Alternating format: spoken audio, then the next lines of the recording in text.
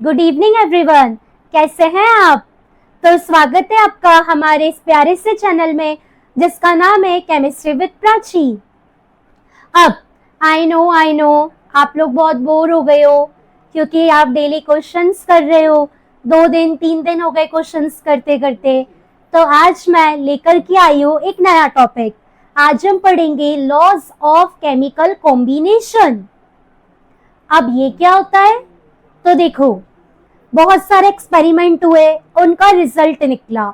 उनके रिजल्ट से ये गवर्न किया गया कि जो केमिकल रिएक्शंस होती हैं वो दो या दो से ज्यादा सब्सटेंसेस के बीच में होती हैं, और इन केमिकल रिएक्शंस को हम कुछ लॉ के थ्रू पढ़ सकते हैं या इन्हें आगे समझ सकते हैं।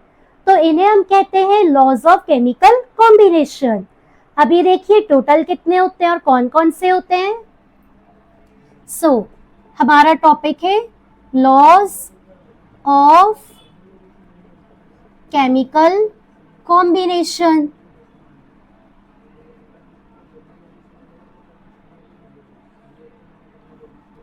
बेटा ये टोटल 5 होते हैं, टोटल 5 लॉज है। कौन कौन से 5 है चलिए देखते हैं।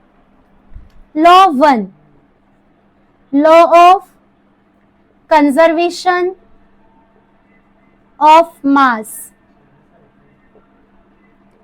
सेकेंड, लॉ ऑफ डेफिनेट या fixed proportion.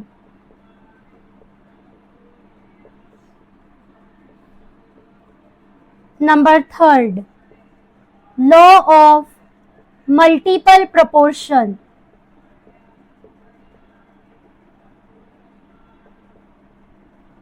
Number 4, Gay-Lussac law. और नंबर 5 है आपका एवोगैड्रो लॉ। ये टोटल आपके 5 लॉज हैं। अब हमें इन 5 लॉ को अच्छे से पढ़ना है एक एक करके। चलिए, तो फर्स्टली हम स्टार्ट करेंगे लॉ ऑफ कंजर्वेशन ऑफ मास।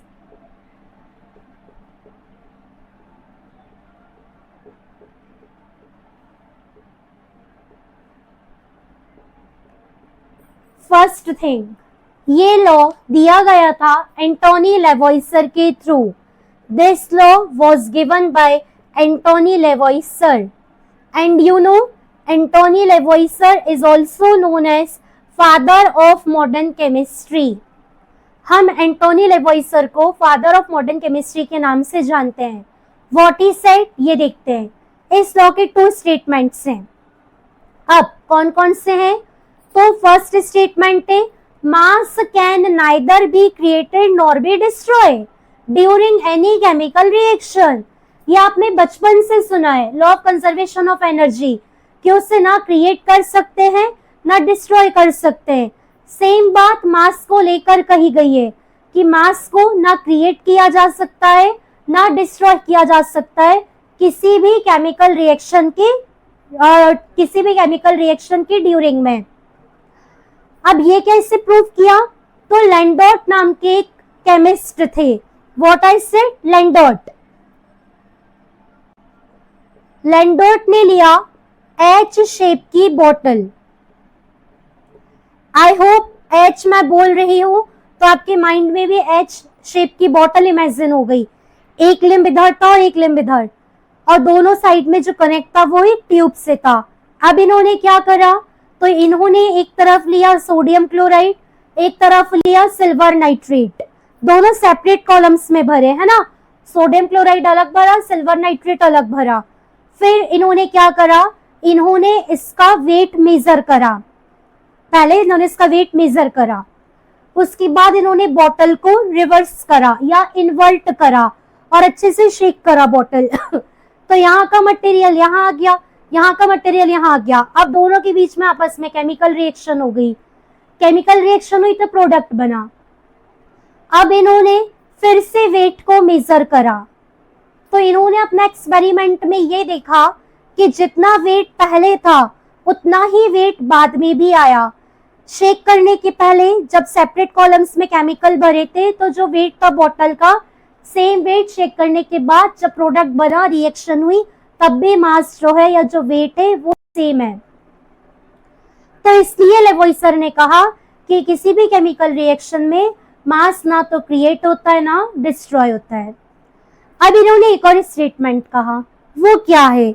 एंटोनी लेवोइसर के थ्रू इनका एक और स्टेटमेंट है जो कि कहता है, in any chemical reaction the mass of reactant is always equal to the mass of product. किसी भी केमिकल रिएक्शन में लेफ्ट हैंड साइड यानी रिएक्टेंट और राइट हैंड साइड यानी प्रोडक्ट, इन दोनों का जो मास होता है वो इक्वल होता है। सिर्फ यही रीजन है कि रिएक्शन को बैलेंस करना पड़ता है। चलिए इसको अपन समझते वाया एग्जाम्पल। जैसे मैं ले लू H2 plus O2, we know it gives H2O। मास निकालो रिएक्टेंट का, हाइड्रोजन 2 है, हाइड्रोजन का एटॉमिक मास 1, ऑक्सीजन 2 है, ऑक्सीजन का एटॉमिक मास 16, रिएक्टेंट में मास हो गया 2 plus 32 means 34। Now water, hydrogen 2 है, 2 into 1, oxygen 16, 2 plus 16 18। Now we know 34 can't be equal to 18। 34 और 18 तो कभी इक्वल हो ही नहीं सकता क्योंकि रिएक्शन अनबैलेंस है और लॉ कहता है कि रिएक्टेंट का मास हमेशा प्रोडक्ट के मास की इक्वल होगा। तो अब हमें रिएक्शन बैलेंस करना पड़ेगा। अब अपन रिएक्शन बैलेंस करके चेक करते हैं। 2H2 plus O2 it gives 2H2O।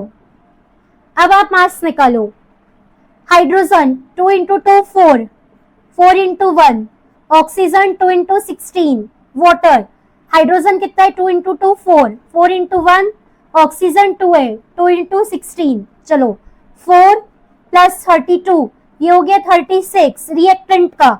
यहाँ पर भी 4 plus 2 into 16 32, 4 plus 32 ये भी हो गया 36। Now we can say the mass of reactant is equal to the mass of product। मतलब अब लेवोइसर का जो स्टेटमेंट है वो वेरीफाई होता है। तो फर्स्ट लॉ कंजर्वेशन ऑफ मास, जो कि एक बार कहता है कि मास ना क्रिएट होगा ना डिस्ट्रॉय होगा, इसी लॉ का एक और सिग्निफिकेंस है, एक और स्टेटमेंट है कि रिएक्टेंट का जो मास है हमेशा प्रोडक्ट के मास के बराबर होगा। तो आई होप डियर चिल्ड्रन आपको फर्स्ट लॉ क्लियर है। यदि आपको फर्स्ट लॉ क्लियर है तो आप 1 मिनट इस वीडियो को पॉज करके स्क्रीनशॉट लेकर रख लीजिएगा क्योंकि ये एग्जाम्पल आपके पेपर में रिप्रेजेंट करने के लिए काफी अच्छा एग्जाम्पल है। तो आई होप आपने अपना काम कर लिया है। चलिए अब हम चलते हैं सेकेंड लॉ के तरफ, यानी लॉ ऑफ डेफिनेट प्रोपोर्शन। चलिए second law of definite proportion अब अच्छे से समझना। फर्स्टली ये लॉ दिया था प्राउस्ट ने 1799 में, फर्स्ट लॉ भी 17th सेंचुरी का है। अब ये लॉ क्या कहता है? ये लॉ ये कहता है किसी केमिकल कंपाउंड को किसी भी मेथड से प्रिपेयर करो या किसी भी सोर्स से ऑब्टेन करो, उस केमिकल कंपाउंड में एलिमेंट्स के जो मास का रेशियो होगा वो हमेशा सेम होगा। लाइक यदि मैं बात करूं एग्जाम्पल की तो आपको एग्जाम्पल से अच्छे से समझ में आएगा। तो एग्जाम्पल में हम लोग ले लेते हैं बेटा पहले वाटर। अब वाटर का सोर्स क्या क्या हो सकता है? हो सकता है वाटर आपने हाइड्रोजन और ऑक्सीजन की रिएक्शन करके लैब में बनाया, फर्स्ट सोर्स। हो सकता है रेन वाटर हो, फॉर्मूला H2O होगा। हो सकता है ग्राउंड वाटर हो, फॉर्मूला H2O। हो सकता है टैप वाटर हो, फॉर्मूला H2O। सी वाटर हो, फॉर्मूला H2O। कहीं से भी पानी ले लो, दुनिया के किसी भी कोने का कोई भी सैंपल का पानी ले लो, सभी सैंपल में सभी सोर्स में जितनी भी मेथड है हर जगह से पानी प्रिपेयर किया हुआ, उस पानी का या उस वाटर का जो फॉर्मूला है वो H2O ही होगा, है ना। अब इसमें रेशो देखो कैसे निकालना इनके मास का, और आपको भी पता होना चाहिए कि वाटर में हाइड्रोजन ऑक्सीजन का रेशियो क्या होता है। हाइड्रोजन 2 है, ऑक्सीजन आपके पास 1 है। हाइड्रोजन का एटॉमिक मास 1, ऑक्सीजन का एटॉमिक मास 16। हम रेशियो देख रहे हैं। सो 2 इंटू 1 2, 1 इंटू 16 16। अब इसे आप कन्वर्ट करो सिंपल रेशियो में। सिंपल रेशियो यानी वहां तक आप इस नंबर को डिवाइड करो ताकि उसके बाद और डिवीजन पॉसिबल ना हो। अब 2 इंटू 16 को शॉर्ट करोगे, यू विल गेट 1:8। तो हमेशा याद रखेंगे आप कि वाटर में हाइड्रोजन और ऑक्सीजन का जो रेशियो रहता है वो रहता है 1:8। ऑब्जेक्टिव होता है आपका। एक और एग्जांपल से समझिएगा। सेकंड एग्जांपल मैं ले रही हूँ CO2 का। हम CO2 कितने तरीके से प्रिपेयर कर सकते हैं? हो सकता है आपने कार्बन और ऑक्सीजन गैस की रिएक्शन कराई तो CO2 मिला। हो सकता है आपने लाइमस्टोन को हीट किया तो CO2 गैस इवॉल्व हुई। अब ये दो सोर्स हो गए, अलग अलग सोर्स से दोनों। चलो इनमें भी देखते हैं कार्बन और ऑक्सीजन का रेशियो। कार्बन 1 है, ऑक्सीजन 2 है। रेशियो देखना, कार्बन का एटॉमिक मास 12, ऑक्सीजन का एटॉमिक मास 16, 12 रेशियो 32। अब इसे भी शॉर्ट करो, इसे भी सिंपल रेशियो में कन्वर्ट करो। ये दोनों जो है वो ठीक है, टेबल में इजीली आते हैं ना। These both are multiples of 3। So क्या हो जाएगा 3 4 4 कैसे ले लेते हैं, these both are multiples of 4। तो 4 इंटू 3 एंड 4 इंटू 8।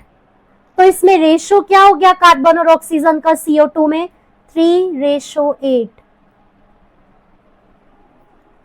तो कोई भी आपको यदि पूछे कि CO2 में C और O यानी कार्बन और ऑक्सीजन के एलिमेंट का रेशियो कितना है तो इनका रेशियो है 3:8। यही कहता है ये लॉ कि किसी केमिकल कंपाउंड को किसी भी मेथड से प्रिपेयर करो या किसी भी सोर्स से ऑब्टेन करो, बट उसमें जो एलिमेंट्स का मास का रेशियो होगा वो फिक्स होगा, कांस्टेंट होगा, डेफिनेट होगा। सिर्फ इसी वजह से ये लॉ का नाम है लॉ ऑफ डेफिनेट प्रपोर्शन या लॉ ऑफ कांस्टेंट प्रपोर्शन या law of fixed proportion. So I hope my dear children आपको हमारा टॉपिक आज का क्लियर है। आज हमने आउट ऑफ 5 2 लॉ की स्टडी करी है। Remaining 3 laws we will discuss on next class. Till then, enjoy your day. Keep study going well and have a nice day. Bye bye.